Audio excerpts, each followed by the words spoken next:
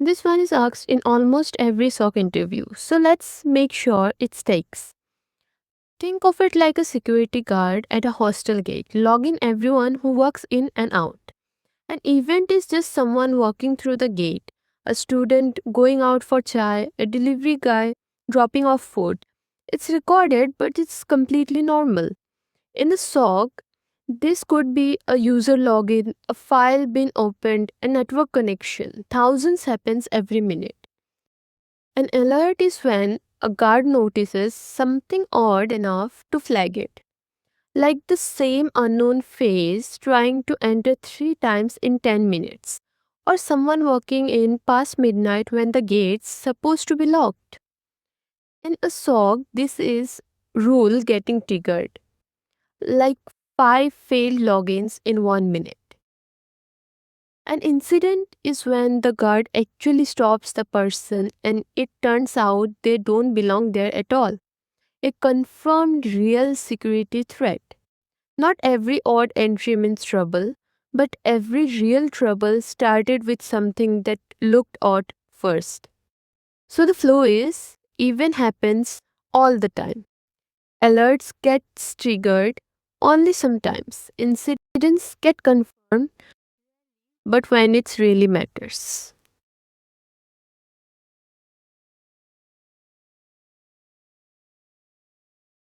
Okay, so imagine you have logged in for a shift.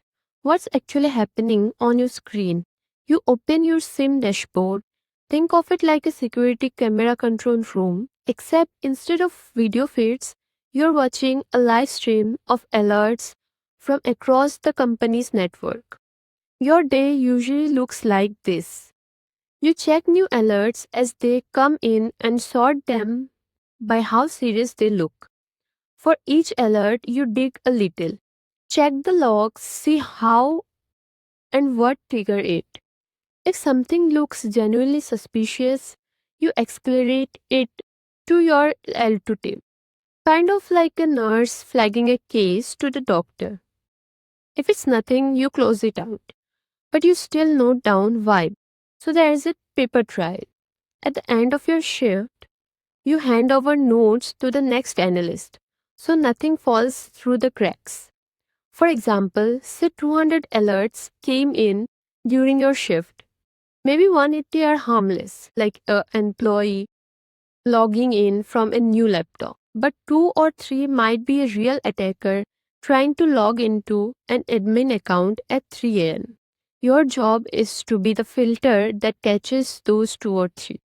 Quick tip: if you practice on Sentinel or Splunk during training, mention it here. Even lab experience counts as hands on. Now, picture this: an alert just popped up on your screen saying suspicious login detected.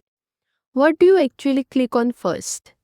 Interviewers want to see you have a system, not random panic clicking.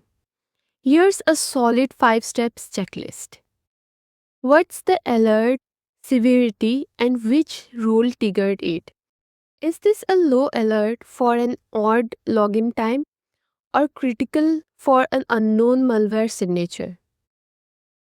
Where did it come from and where did it go? Check the source and destination IP or host name. Is the IP from another country your company doesn't operate in? Which user account is involved? Is it a regular employee or it is a privileged admin account? An admin account acting weird is way more urgent. When did it happen and has it happened before? A one off blip is different from the same alert firing every hour for the last week. What else happened around the same time? Check for related logs or alerts. If this logged attempt is followed by a file download 2 minutes later, that's a pattern, not a coincidence. For example, you get an alert for multiple failed logins. You check it's from an IP in another country on an admin account at 2 a.m. and it followed by a successful login. That's 5 red flags stacking up. And now you know this needs to be escalated immediately. This is the question that trips up almost every fresher. So let's slow down here. True positive.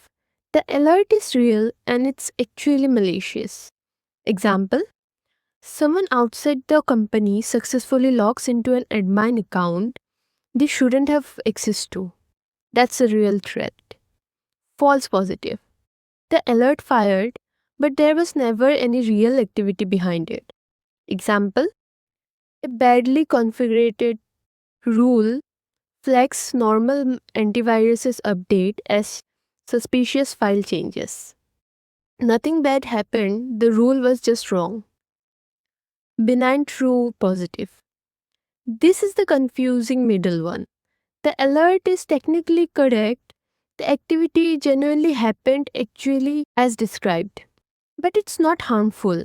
Example: your IT team runs an vulnerability scan every Friday night. It looks exactly like an attacker scanning the network because technically it is a scan, but it's your own team doing authorized work.